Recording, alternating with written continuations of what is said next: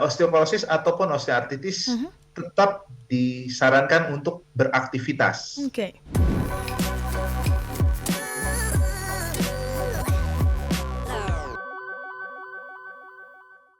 Dokter Panca, saya mau bertanya, sebenarnya untuk penyakit osteoporosis dan juga osteoartritis ini ada stadiumnya nggak sih, Dok? Suaranya belum masuk ini, Dokter Panca? Tentu saja ada. Oke. Silakan. Mhm. Jadi untuk osteoartritis maupun osteoporosis ada stadium-stadiumnya dari yang paling ringan Mhm. sampai yang berat.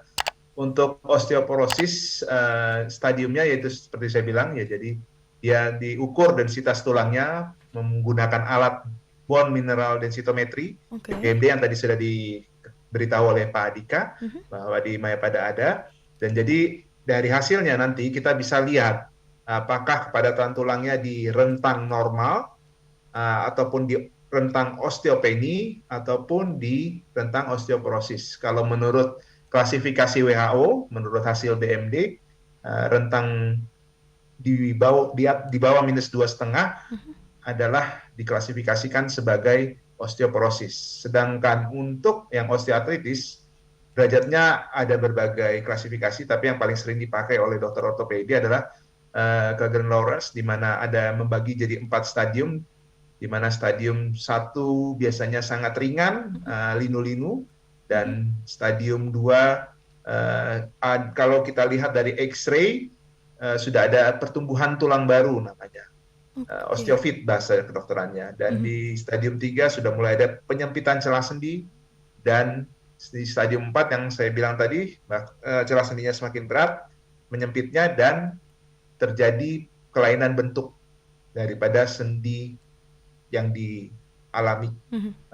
osteoartritis. Oke. Apakah kemudian salah satu untuk pencegahan dari osteoporosis dan juga osteoartritis ini adalah mengurangi aktivitas yang cukup berat nampaknya, Dokter? Iya apa enggak? Berbeda. Oke. Jadi osteoporosis ataupun osteoartritis Mhm. tetap disarankan untuk beraktivitas. Oke. Terutama untuk osteoporosis, tulang yang kuat itu diperoleh apabila tulang itu mengalami stres, dalam Mhm. artian dia bergerak, beraktivitas. Mhm.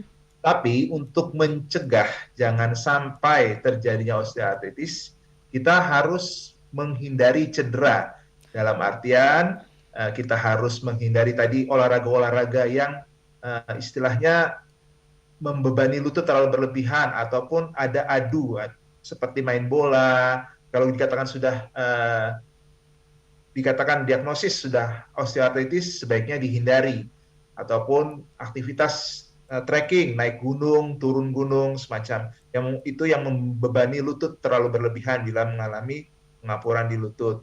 Kemudian juga ya pastinya untuk osteoartritis berat badan harus dikurangi, dan juga apabila ada penyakit lain yang menyebabkan osteoartritis ini seperti penyakit asam urat ataupun penyakit rematik lainnya, ya harus ditangani secara tepat oleh dokter.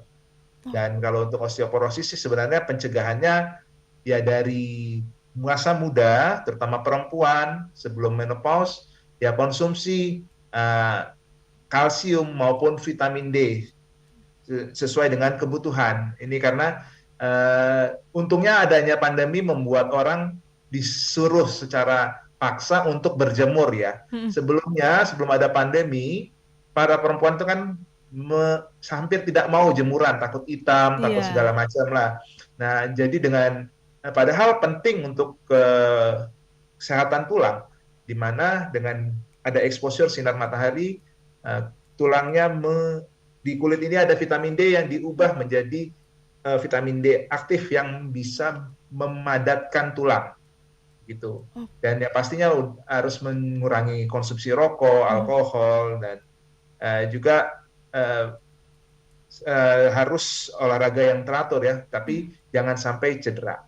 Itu yang paling penting. Itu perbedaannya tadi ya, Dokter Ya. Panca.